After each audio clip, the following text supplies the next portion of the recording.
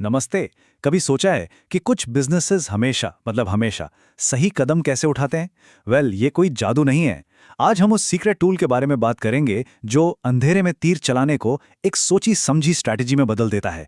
तो चलिए business research की दुनिया में डाइव करते हैं। और हाँ, हमारा जो फाउंडेशन है वो है महर्षि दयानंद यूनिवर्सिटी रोहतक का सिलेबस। इसका मतलब ये है कि हम एक solid tried and tested framework पर बात करेंगे और सारे जरूरी कॉन्सेप्ट्स को बिल्कुल आसान भाषा में समझेंगे। तो सबसे बड़ा सवाल, आखिर बड़े बड़े बिजनेसेस इतने सक्सेसफुल होते कैसे हैं? क्या ये बस किस्मत का खेल है या इसके पीछे कोई फॉर्मूला है? सीक्रेट है स्मार्ट डिसीजंस। सिंपल। लेकिन स्मार्ट डिसीजंस आते कहां से हैं? उनका रास्ता सिर्फ और सिर्फ एक जगह से गुजरता है, रिसर्च। ये कोई तुक्का नहीं है, बल्कि एक सोचा समझा कैलकुलेटेड मूव है। आज हम 4 मॉड्यूल्स में इस सफर को पूरा करेंगे। सबसे पहले समझेंगे कि रिसर्च शुरू कहां से होती है, फिर उसका एक ब्लूप्रिंट बनाएंगे, उसके बाद डेटा इकट्ठा करेंगे और आखिर में उस डेटा से एक पावरफुल कहानी बनाएंगे। रेडी? तो चलिए शुरू करते हैं मॉड्यूल 1 से। यहाँ हम रिसर्च के क्या और क्यों को समझेंगे। सच कहूं तो सारी नींव यहीं पर रखी जाती है। देखिए, रिसर्च कोई रॉकेट साइंस नहीं है। आसान शब्दों में ये एक सिस्टमैटिक जांच है जिससे हमें नया ज्ञान या एक नई समझ मिलती है। यहाँ सबसे जरूरी शब्द है सिस्टमैटिक। ये बस इंटरनेट पर कुछ सर्च करना नहीं है, नहीं, ये एक प्रॉपर प्रोसेस फॉलो करना है। और ये है वो प्रोसेस, बिल्कुल एक रोड मैप की तरह। सबसे पहले प्रॉब्लम को डिफाइन किया जाता है, फिर लिटरेचर रिव्यू होता है, मतलब देखा जाता है कि दूसरों ने इस बारे में क्या कहा है।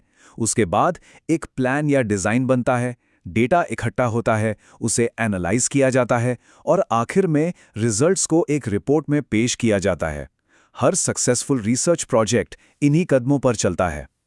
अच्छा, ये समझना भी जरूरी है कि हर रिसर्च एक जैसी नहीं होती।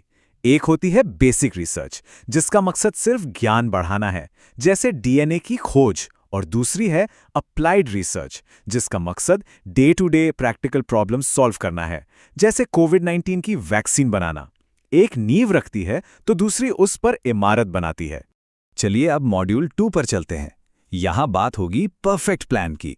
रिसर्च डिजाइन आपकी स्टडी का ब्लूप्रिंट है। सोच के देखिए, जैसे एक घर बनाने से पहले आर्किटेक्ट नक्शा बनाता है ना, बिल्कुल वैसे ही रिसर्च करने से पहले रिसर्च डिजाइन बनाया जाता है। मोटे तौर पर 3 तरह के डिजाइन होते हैं। एक्सप्लोरेटरी, जब प्रॉब्लम के बारे में ज्यादा पता ना हो। डिस्क्रिप्टिव, जब किसी चीज की साफ तस्वीर चाहिए हो, जैसे हमारे कस्टमर्स कौन हैं। और एक्सपेरिमेंटल, जब अगर तो के सवाल का जवाब चाहिए हो। अगर हम पैकेजिंग बदलें तो क्या सेल्स बढ़ेगी? सही डिजाइन चुनना रिसर्च के सवाल पर डिपेंड करता है।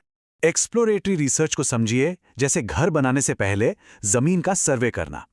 जब प्रॉब्लम ठीक से पता ना हो तो शुरुआती जानकारी और इनसाइट्स इकट्ठा करने के लिए इसका इस्तेमाल होता है, बस मैदान को समझने के लिए।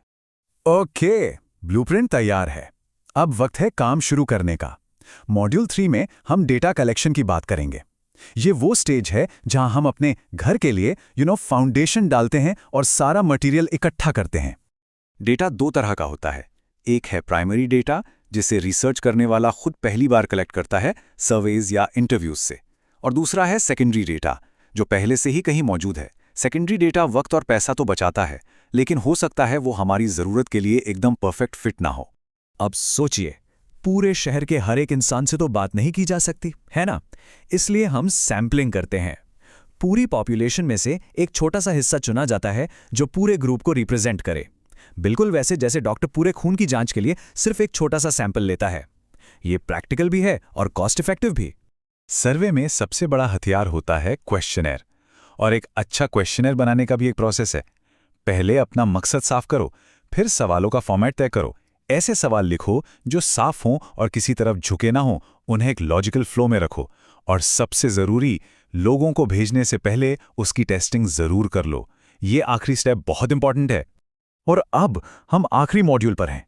डेटा कलेक्ट हो गया, एनालाइज हो गया, लेकिन वो बेकार है जब तक उसे एक साफ और कन्विंसिंग कहानी के रूप में प्रेजेंट ना किया जाए। ये हमारे प्रोजेक्ट का फिनिशिंग टच है, बना बनाया घर। एक स्टैंडर्ड रिसर्च रिपोर्ट का एक सेट स्ट्रक्चर होता है। इंट्रोडक्शन में क्या और क्यों बताया जाता है, मेथड्स में कैसे किया वो समझाया जाता है, रिजल्ट्स में क्या मिला दिखाते हैं और डिस्कशन या कंक्लूजन में उस मिलने का मतलब क्या है ये बताया जाता है। ये स्ट्रक्चर पूरी रिसर्च जर्नी को एक लॉजिकल कहानी में पेश करता है।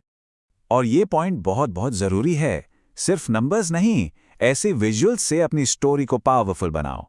देखिए, एक सिंपल सा बार चार्ट कितनी आसानी से बता रहा है कि फीचर ए सबसे ज़्यादा पसंद किया जा रहा है। डेटा को जिंदा करने का ये सबसे अच्छा तरीका है।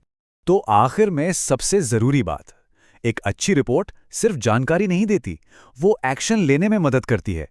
उसका असली मकसद साफ, अनबायस्ड इंफॉर्मेशन देना है ताकि उसके बेसिस पर बेहतर फैसले लिए जा सकें। सब कुछ वापस वहीं स्मार्ट डिसीजंस पर आ जाता है।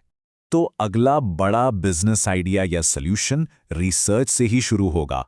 असली सवाल ये है कि इस पावर को इस्तेमाल करने के लिए हम तैयार हैं या नहीं। सोचने वाली बात है।